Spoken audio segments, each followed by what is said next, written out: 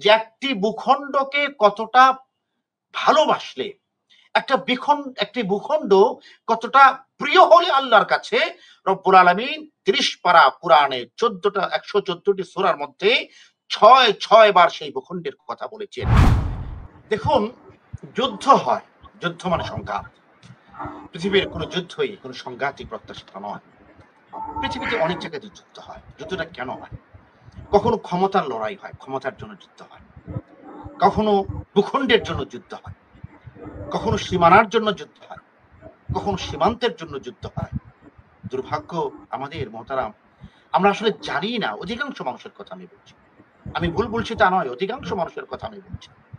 যারা মনে করছেন ফিলিস্তিনের যুদ্ধটা আমাদের নাক গলাবার কিছু নেই। কেন মনে করছেন এটা? কারণ তারা আসলে জানেন না ফিলিস্তিন কি জিনিস।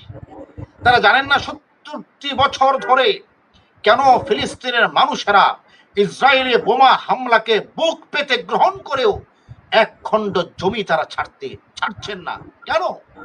কে যেন বলেছে, তোমরা ফিলিস্তিন ছেড়ে দাও, তোমাদেরকে আমি প্রাসাদের জীবন দান করব। তারা বলেছে, না, আমরা ফিলিস্তিনের শাহাদাতের জীবন বেছে নেব, আমরা কবরের জীবন বেছে নেব, আমরা আমাদের জীবনকে উৎসর্গ করার নজরানার জীবন বেছে নেব।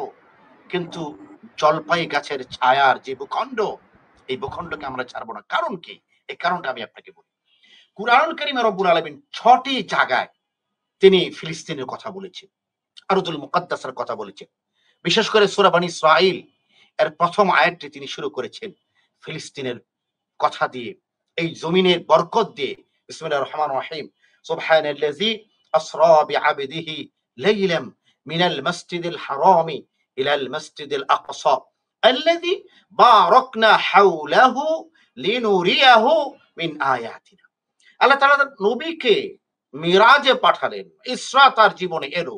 মিরাজের মহান সৌভাগ্য তাকে দান করলেন। আর সেই মিরাজের সফর শুরু হলো মসজিদে হারাম থেকে ফিলিস্তিনের পবিত্র ভূখণ্ডে মসজিদুল আকসা পর্যন্ত। এবং আল্লাহ তাআলা বলছেন, ইলাল মসজিদুল আকসা আল্লাযী বারাকনা হাওলাহু, তার চারপাশের জমিনকে আল্লাহ রাব্বুল আলামিন বরকতময় করেছেন।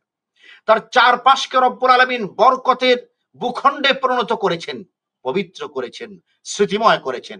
সূরা বনী ইসরাঈল ছাড়াও আমরা দেখি সূরা মায়েদার ২১ নম্বর আয়াত রব্বুল আলামিন ফিলিস্তিন প্রসঙ্গে, ফিলিস্তিনের পবিত্র জমিন প্রসঙ্গে বলেছেন। সূরা আম্বিয়ার ৭১ এবং ৮১ নম্বর আয়াত রব্বুল আলামিন ফিলিস্তিনের প্রসঙ্গে বলেছেন। সূরা আরাফের ১৩৬ নম্বর আয়াতে রব্বুল আলামিন ফিলিস্তিন প্রসঙ্গে বলেছেন।